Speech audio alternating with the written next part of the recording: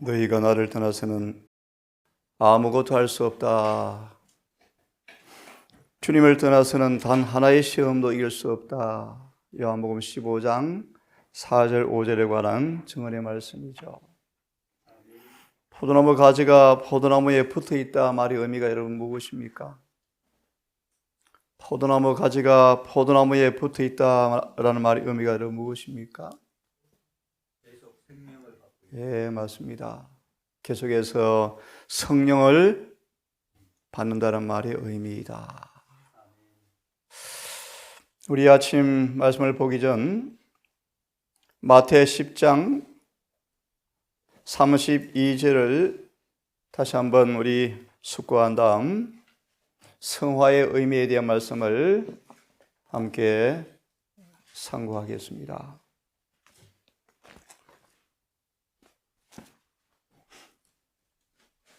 마태 10장 32절을 볼 텐데요.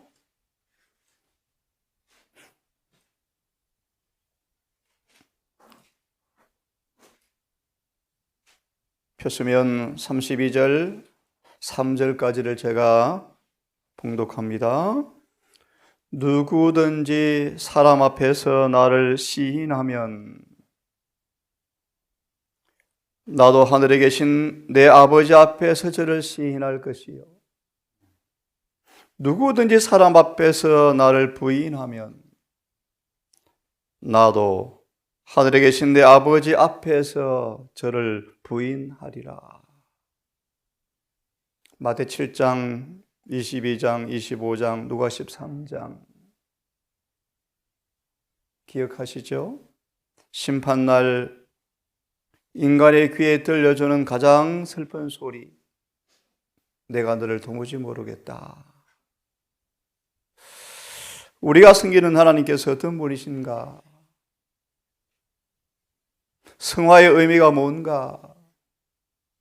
얼마만큼 성화되어야 하는 것인가? 성화되지 아니하면 어떻게 될까? 성화를 좀 볼 텐데요. 보기 전 이 말씀을 다시 한번 생각해 보려고 합니다. 32절 증언을 좀 다시 한번 우리 보십시다. 예수를 부인한다 말의 의미가 뭔가? 마태 7장 7절로 13절의 주석을 보시면 가짜 성화를 주장하는 사람들. 주장한다 말이 뭐예요? 주장한다. 수많은 주의 종이라 일컫는 사람들이 여전히 주의 성업을 열심을 다해서 한다는 사람들이 그들의 결함을 결점을 핑계하고 그대로 가진 채 선교 사업에 열심을 하는 사람들을 가리켜서 성경은 말합니다. 가짜 성화를 주장하는 사람들이다.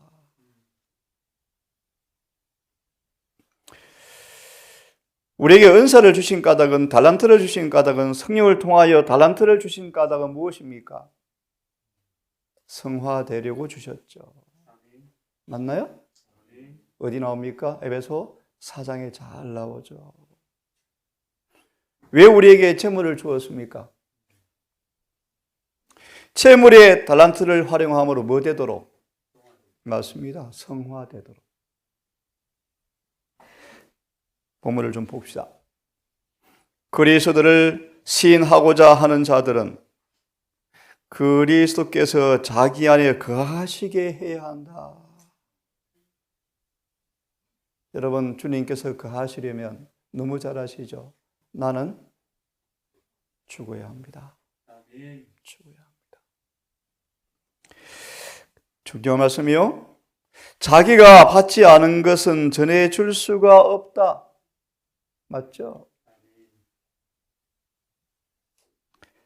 제자들은 교리를 유창하게 말하고 그리스도께서 친히 말씀하신 말씀을 반복할 수 있을지는 모르나 만일 그들이 그리스도와 같은 온유함과 그리스도와 같은 사랑을 소유하지 않았다면 그분을 시인하는 것이 아니다. 너무 잘 아시죠, 여러분? 그리스도의 정신에 배치되는 정신은 그가 공언하는 바가 어떠하든지 그분을 부인하는 것이 될 것이다. 사람들은 험담을 하거나 어리석은 이야기를 함으로써 진실되지 못하고 불친절한 말을 함으로써 그리스도를 부인할 수가 있다. 생의 의무를 회피하고 죄된 향락을 추구함으로써 그분을 부인할 수가 있다.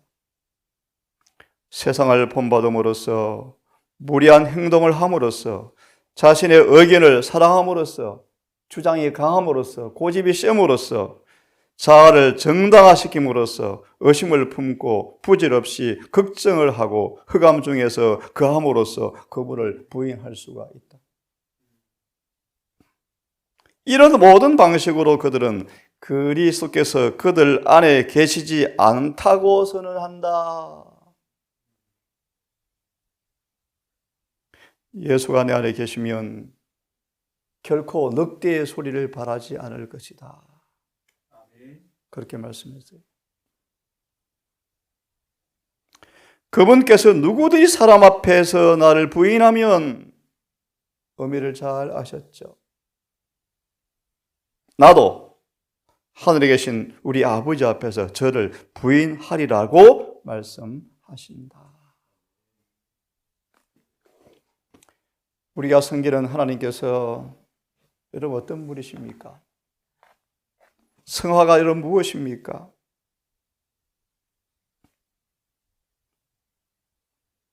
증언을 하나 좀 읽어드리겠습니다. 초기 문집 70페이지 말씀인데 잘 들어보십시오. 1850년 9월 7일 엘렌 화이트의 계시 가운데 1851년 5월 14일 예수님의 아름다움과 자애로움을 계시 가운데 보았다. 오늘 주제는 성화의 의미입니다. 성화가 무엇이기에 모세가 성결의 미를 보게 되었을 때 그는 부끄러워서 죽을 뻔했대요. 너무 두려워했대요. 미리 말합니다. 성화에 머무르던 다니엘마저 썩은 사람처럼 나뒹굴어집니다. 이사야는 화로다 망하게 되었다고 탄식합니다. 성화가 뭡니까? 이런 성화. 거룩함이 무엇입니까? 1851년 5월 14일 예수님을 계시해 보았는데 너무 아름답고 너무나 자애스럽더라. 내가 그분의 영광을 바라보고 있을 때 내가 전에 한 번도 뵌 일이 없다는 생각이 들지 않았다. 무슨 의미인가를 잘 아셔야 합니다. 나는 아버지를 두르고 있는 영광으로부터 오는 빛을 보았는데 그 빛이 내게 가까이 이르자 내 몸은 떨렸고 나뭇잎처럼 흔들렸다. 나는 그 빛이 내게 가까이 온다면 내가 파괴될 것이라고 생각하였다.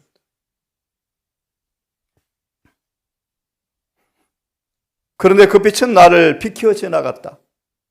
그때 나는 우리가 마땅히 하나님을 위대한 분으로 생각하고 두려워해야 한다는 것을 깨달았다.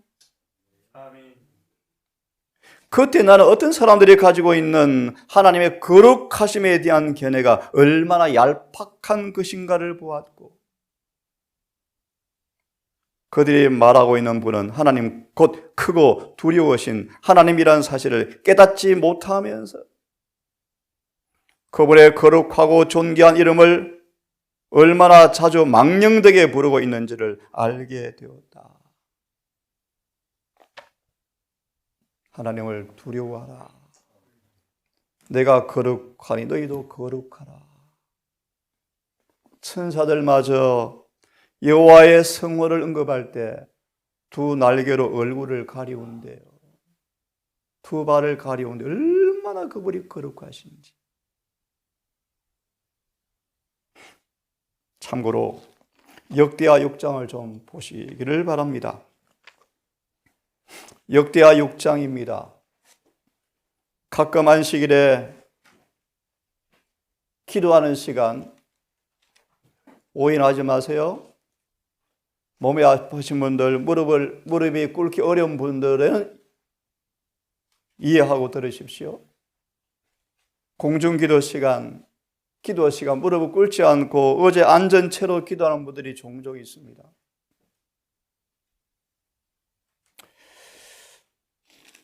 역대하 6장 13절을 보시면 우리가 섬기는 하나님께서 어떤 분이시기에 왜 이런 말씀까지 성령께서 기록해 두었을까? 6장 13절을 제가 읽습니다. 마지막 부분만 읽겠습니다. 솔로몬이 대위에 서서 이스라엘의 회중 앞에서 무릎을 꿇고 하늘을 향하여 손을 펴고 기도하더라. 무릎을 꿇고 하늘을 향하여 손을 들고 기도하더라. 무릎을 꿇었더라.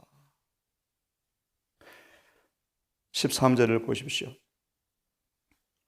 공중 집회에서는 기도 드릴 때는 무릎을 꿇을 것임. 동산교회도 그렇게 넉넉한 편은 아니지만 간격을 최대한 제가 이렇게 만들어 둔 까닭은 무릎 꿇도록 좌석을 조금 넓게 배치합니다. 왜 그런가? 우주에 지존자께 기도를 드리는 사람이 취해야 할 합당한 태도는 무엇일까? 우리들이 하나님께 기도를 드릴 때 일어서야 된다는 생각은 어디서 갖게 되었는가? 미국 가면 가끔 그래요. 목사들이 주머니에 손 넣고 단상에서 기도하기도 하고. 참 미국 사람 이해가 잘 안 돼요. 목사들이 단상에서 얼마나 왔다 갔다 하는지 손짓을 하는지 그렇게 하지 말라요. 정은은요. 어떤 목사는 발을 앞에 올리고 설교하기도 하고. 금방진 거예요. 금방진 거예요. 이것은 거룩한 말씀을 선포하는 것이에요.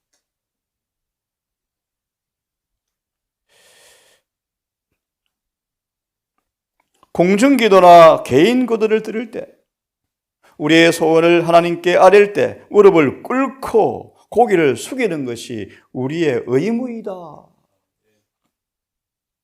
세상에 아버지 임금한테 갈 때도 군수한테 갈 때도 세상의 사람들이 옷깃을 여기면서요. 어디 여호와 앞에 건방지게 일어서서 기도하는가? 무릎을 꿇지 않고 앉은 채로 기도하는가?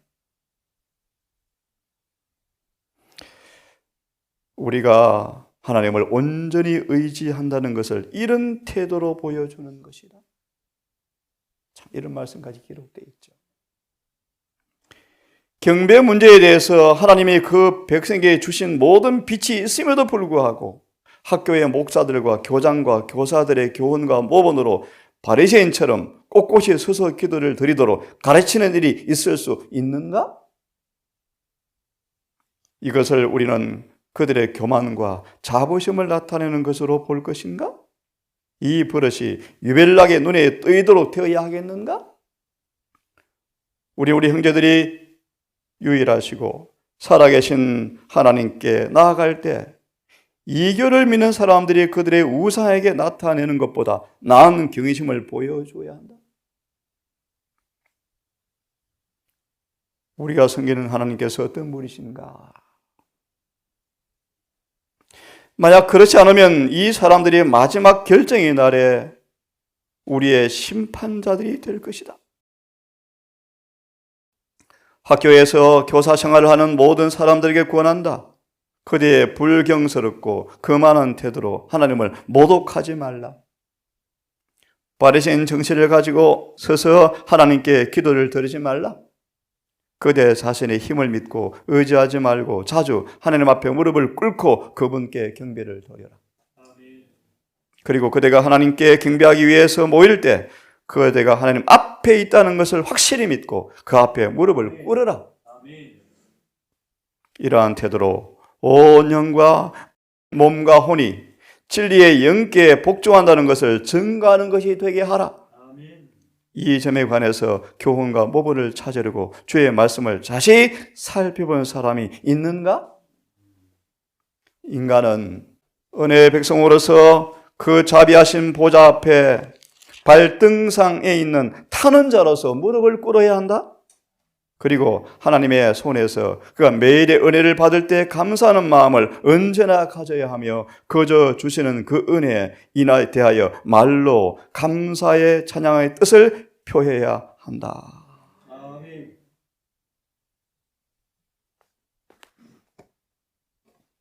대쟁투 470페이지 성화의 의미.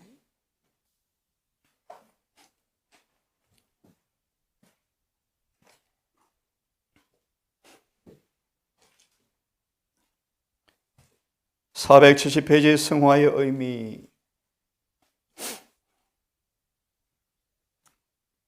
어제 우리 보았습니다. 성화의 열매 결국이 무엇이었습니까? 영생의 영생.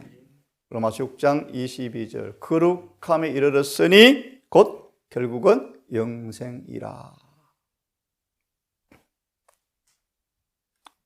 성화의 구원의 관계를 잘 말씀하십니다. 가리엘권 394페이지는 이러한 성화의 과정이 없이는 아무도 하늘에 갈 수 없대요. 그런 사람들이 반문을 합니다. 누가복음에 나오는 한편의 강도는 이런 질문을 합니다. 성경을 잘 연구해 보세요. 성경은 진리입니다. 성화되어야 하늘에 갑니다. 강도는요? 귀에 대면 말씀을 드립시다. 자, 성화의 의미. 성화가 무엇이기에? 성경상 성화를 경험한 사람들은 겸손할 수밖에 없다.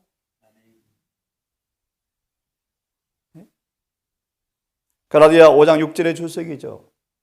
금방 질 수가 없다.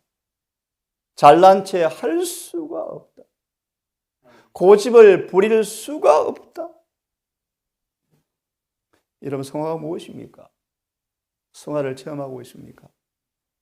성화를 경험하면 경험할수록 겸손할 수밖에 없다.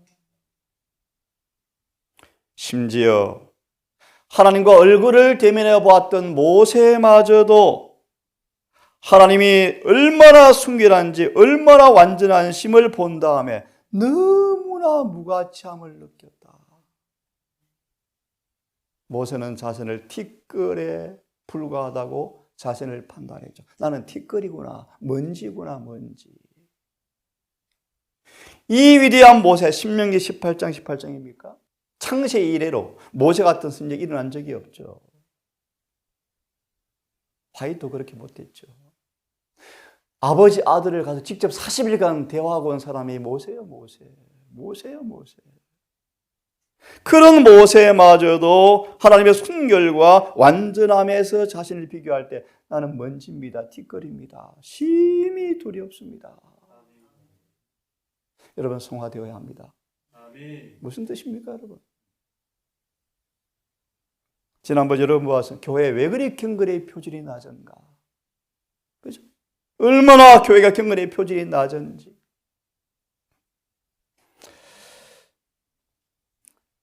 그 다음 피십시오. 선지자 다니엘은, 성경에 다니엘은 흠이 없는 자라고 기록했다. 아, 참 놀라운 사람이죠. 그죠? 다니엘을 가리켜서 흠이 없는 사람이라고 하나님께서는 판단하신다. 그런 성화의 교과서 모본인 다니엘마저도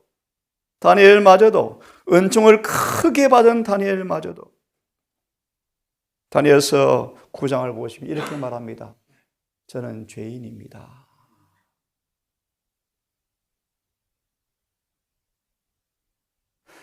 마치 백성들의 죄를 내가 지은 것처럼 고백하면서 무릎을 꿇고 기도합니다.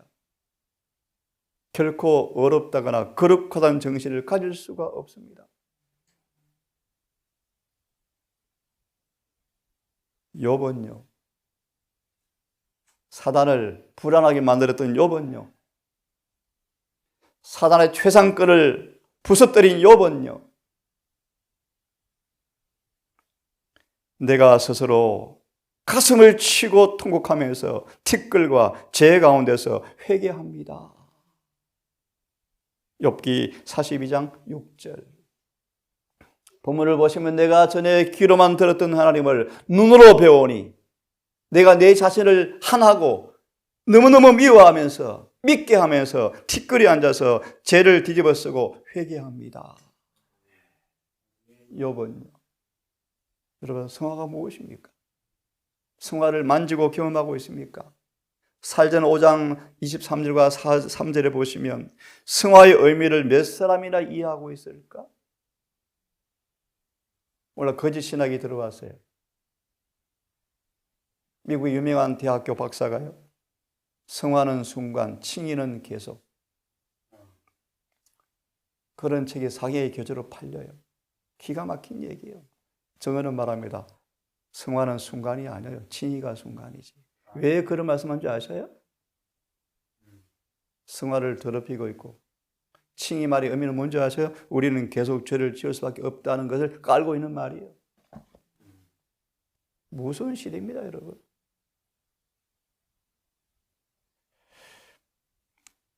네?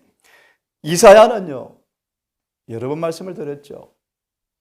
저와 여러분이 빠질 수 있는 죄입니다. 성전 문지방에 등을 기댄 채 가슴을 치고 울어요, 이사야가요. 하나님, 교회가 왜 이렇습니까? 왜 이렇습니까? 네? 아니, 멸망하고 있는 걸 보고 멸망의 깃발이 펄럭이는 것을 보면서도 회개하지 않습니다. 답답합니다. 구원받았다고 착각합니다.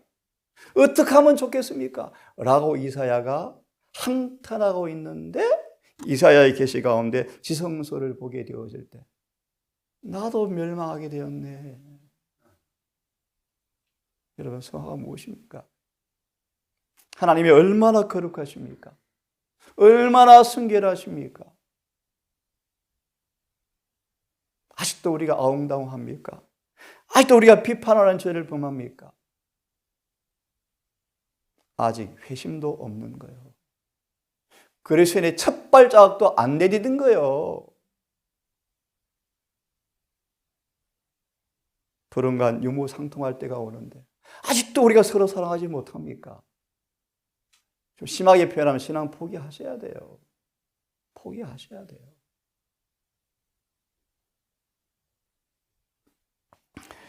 모세는, 다니엘은, 욥은, 이사야는요, 바울은요, 고 12장에 셋째 하늘까지 올라가서 하늘의 음성을 듣고 온 바울이 뭐라고 말합니까?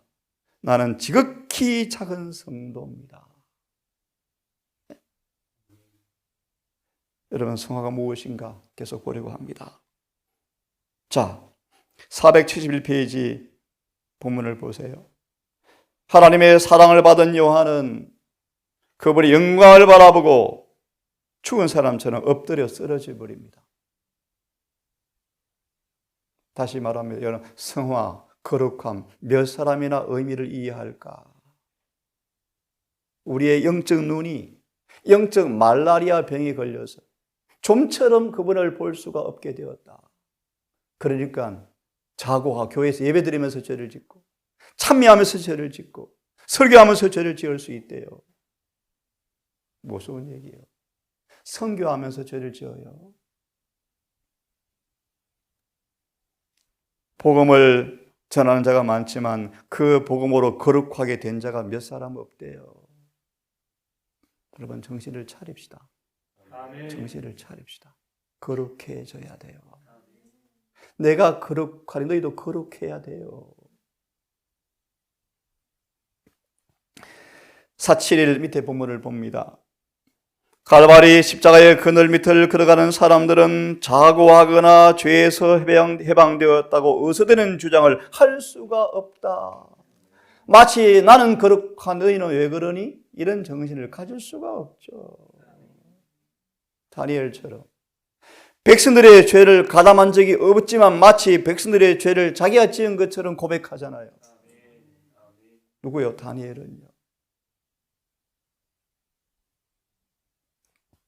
그들은 하나님의 아들의 심장을 파열시키는 고뇌의 원인이 자기들의 죄였다는 것을 느끼며 그런 생각이 그들을 스스로 겸비하게 할 것이다. 베드로, 다윗 죽을 때까지 회개하였다. 그 말의 의미를 오해하지 않겠죠? 그저가 반복됐다는 뜻이 아닙니다, 여러분. 회개가 엄청나게 깊어져서 그 죄를 다시는 지을 수 없는 상태가 되었다 뜻입니다, 여러분. 죽었으면 죽었지 죄 안 짓는 뜻입니다, 여러분. 그게 회개가 깊어져 간다 말이 의미요. 날마다 회개하는 말이 의미가 그런 의미예요, 여러분. 그래서 그 죄가 남긴 상처까지 고쳐져 버리는 회개예요. 그리스도와 가장 가까이 하는 사람 생애에는 사람들을 인간의 죄악의 약점을 가장 분명히 깨닫고 그들의 유일한 희망이 십자가에서 돌아가셨다가 다시 부활하신 구주의 공로에 있다는 것을 절절히 깨닫게 되어지고요. 순간도 자고하거나 우쭐대거나 나는 지금 해방되었다, 난 너보다 거룩하다거나 그런 걸 할 수가 없죠. 나는 저 사람보다 말씀대로 더 사는 사람이야. 저 사람이 왜 저렇게 살지? 오늘날 종교계에서 성화를 두드러지게 논의하고 있지만 자아를 높이고 하나님의 율법을 무시하는 정신과 병행시키고 있기 때문에 그것이 성경의 종교와는 거리가 먼 상태에 놓여 있다? 그렇게 주장하는 사람들은 보실래요? 성화가 순간적인 것이며 오직 믿음으로만 완전한 성결을 얻을 수 있다고 가르친다. 천만의 말씀. 순종해야 성화돼요. 순종함이 없이 성화 절대로 없어요. 믿기만 하면 축복받는다. 인간 편에서 아무 노력이 필요 없다. 아니에요. 인간 편에서 노력이 절대 필요해요. 그 노력이 무엇입니까? 두 가지만 예를 듭니다. 주어진 말씀을 따라 순종하면서 인내로 기다리셔야 돼요. 여리고성을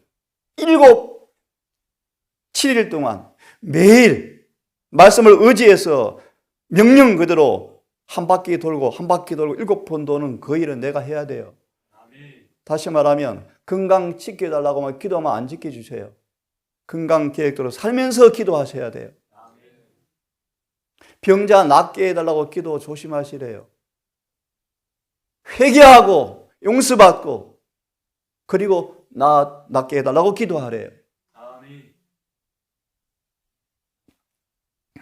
동시에 그들은 하나님의 율법의 권위를 부인하고 계명을 지켜야 할 의무에서 해방되었다고 주장한다. 수많은 개신교회를 가르치죠. 우리는요. 왜 그리 안식일이 무너져 갑니까? 왜 그리 안식일이 희미해져 갑니까? 왜 건강계획에 관심도 없습니까? 의복에 대한 관심이 없습니까? 하나님의 기쁨을 돌리는 일에 됨과 동시에 그분의 품성과 뜻의 표현이 되어지는 원칙에 조화되지 않으면서 사랑의 하나님의 품성과 뜻에 일치하는 성결을 이룰 수 있겠는가? 그 다음 문제 읽고 마칩시다. 아무런 투쟁도 걷기도 세속적인 어리석음도 버리는 일을 요구하지 않는 안이한 종교를 믿고자 하는 욕망이 필경 믿음으로만 이루어진 교리. 하나님의 말씀을 어떻게 말하고 있는가? 말씀은 야고보는 말한다. 형제들아, 사람의 믿음이 있노라 하면서 행함이 없으면 무슨 믿음이 이익이 있겠는가? 능히 그가 구원받겠는가? No. 믿음으로만 구원받지 않습니다. 믿음과 순종으로 구원받습니다. 이걸 억지로 설명할 필요 없어요. 믿음 안에 순종이 있다 없다 그렇게 말할 필요 없고 성경대로 믿어 순종하여 구원받습니다. 아브라함이 이삭을 제단에 드릴 때 순종은 엄청난 희생을 뭐 합니까? 요구합니다. 아이들을 둔 우리 엄마들 세대, 아빠 세대들 앞으로 아이들 때문에 엄청난 어려움이 올 거예요. 두고 보세요. 아브라함처럼 이삭을 제단에 드릴 수 있을까? 저를 포함하여 우리 엄마 아빠들 모본으로 사세요. 그만큼 자녀교육 큰 것이 없어요. 성령 암송시키고 그보다 더 중요한 게 부모들이 그렇게 살아야 돼요. 그게 살아있는 교육이요. 열심으로 봉사하세요. 아이들 노는 것보다 봉사시키세요. 봉사. 그게 교육이요. 교육.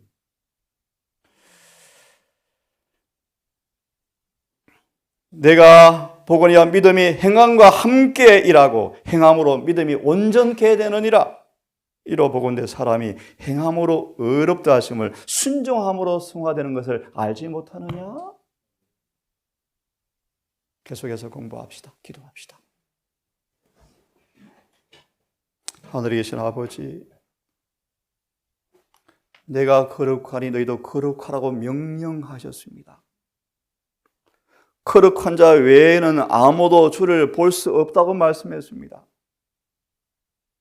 거룩함의 범위를 영과 육 전 존재를 거룩을 원한다고 말씀하셨습니다. 하나님, 거룩함의 의미를, 성결의 의미를 본 사람들은 결코 자고하거나 자아를 세울 수가 없다고 말씀하셨습니다. 아버지, 우리의 눈에 안악을 발라보아서 주님의 성결의 미를 보기 원합니다. 즉각 회개하고 서둘러 회개하고 죄에서 돌이키는 그런 부흥이 있기를 고백합니다. 이 교회가 이 말씀을 듣는 여러 우리 성도들의 삶에 참된 승화의 열매를 통하여 하나님께 영광 돌리게 하시고 세상으로 교회로 붙여지는 깨끗한 살아있는 편지가 되게 하셔서 주님의 품성을 거울처럼 반사하는 우리가 되게 해 주시옵소서. 표준을 높이게 해 주시옵소서. 계속 높이게 해 주셔서 승화의 참된 경험을 통하여 진정한 행복함과 거룩함과 하나님과 동행을 통하여 재림을 준비하는 행복이 우리 모두의 삶 속에서 이루어지게 해 주시옵소서. 아멘. 육신의 아픈 병마에서 신음하는 영혼들을 불쌍히 여기시고 노약자를 연로하신 어르신들을 긍휼히 여기셔서 인생의 위기 앞에 영원한 사망의 잠 앞에 하나님을 깊이 알고 경험하여 어떤 일을 당하든 구원의 즐거운 확신 가운데 쉴 수 있도록 또 준비할 수 있도록 도와주시옵소서. 아멘. 예수님의 이름 의지하여 감사하며 기도드리옵나이다.